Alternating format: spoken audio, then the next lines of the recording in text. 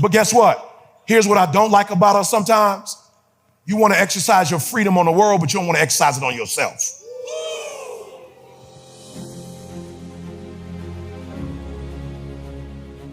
Oh, you'll shut the world down for telling you what you can't do, but you won't say nothing to you when you don't do what you're supposed to do.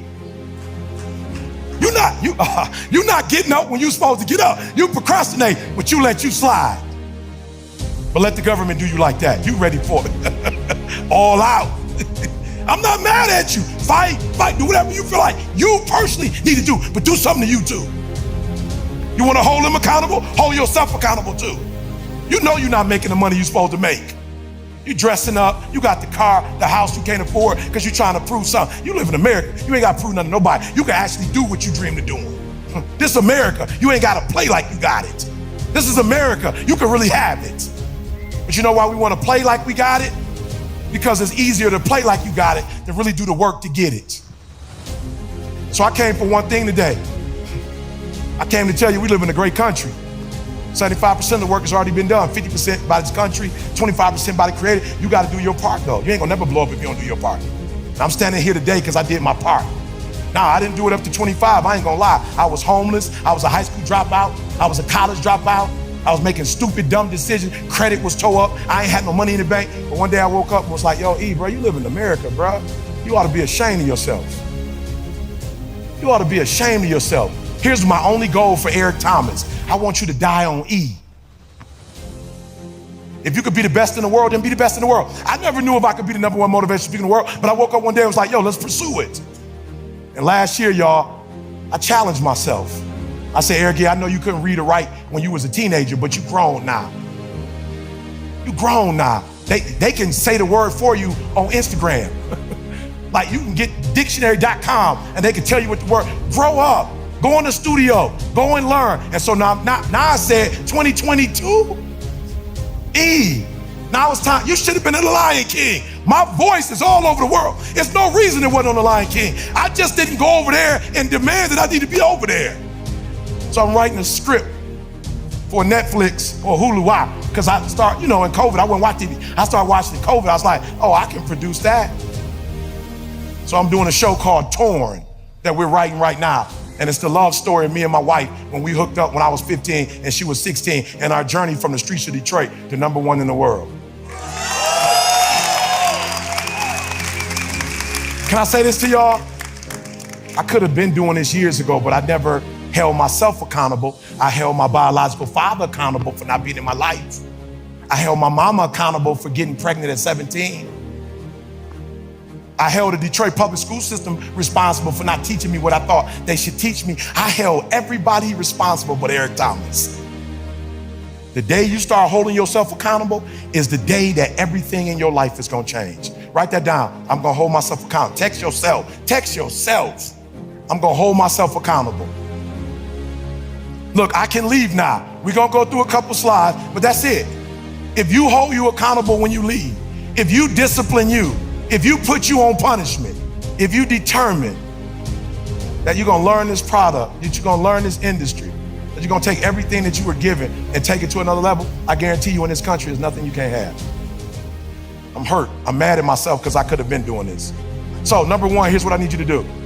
What I want you to do for me is I want you to write the vision, all right, and make it plain. I want you to write the vision, like flat out. There's not one thing I got out. Do y'all know the joy of me seeing a father with his 3-year-old, his 5-year-old, and they watching my stuff together, and little man saying, what up, what up, what up? It's your boy, E.T.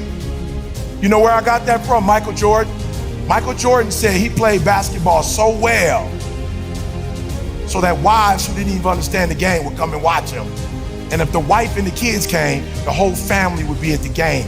He wanted to play so well that the whole family would come out and watch him play. So I said, if Mike could do that, I could do that. Write the vision. What's your vision? A lot of you struggling because you don't even know, you waking up every day with nothing to do. You just getting up. You don't even know what your goals are. You don't even know. Write your vision. Some of you wear stuff, you do stuff because other people are doing it. No, stop doing that. What do you want? In Michigan, y'all, I just moved to Cali, I told you 2 years ago. There was a young lady who came to my house with her mom, and she walked in my house and she looked at my house and she was like, no way. Her mother was like, don't be rude, sweetheart. She was like, I'm not being rude, no way. And I was like, what you mean, no way? She's like, no way you live in this house. I was like, what you mean by that? She's like, how big is this house? I was like, 2,300 square feet. Like my house in Michigan, you could walk in the front door and see the whole house. She was like, but I thought you were. I am. I am ETDFI preacher, you're right. And I am wealthy, you're absolutely right. But I love this house because everybody here is in the working community. And I love living in a working community. My next door neighbor is a firefighter. His wife is a teacher.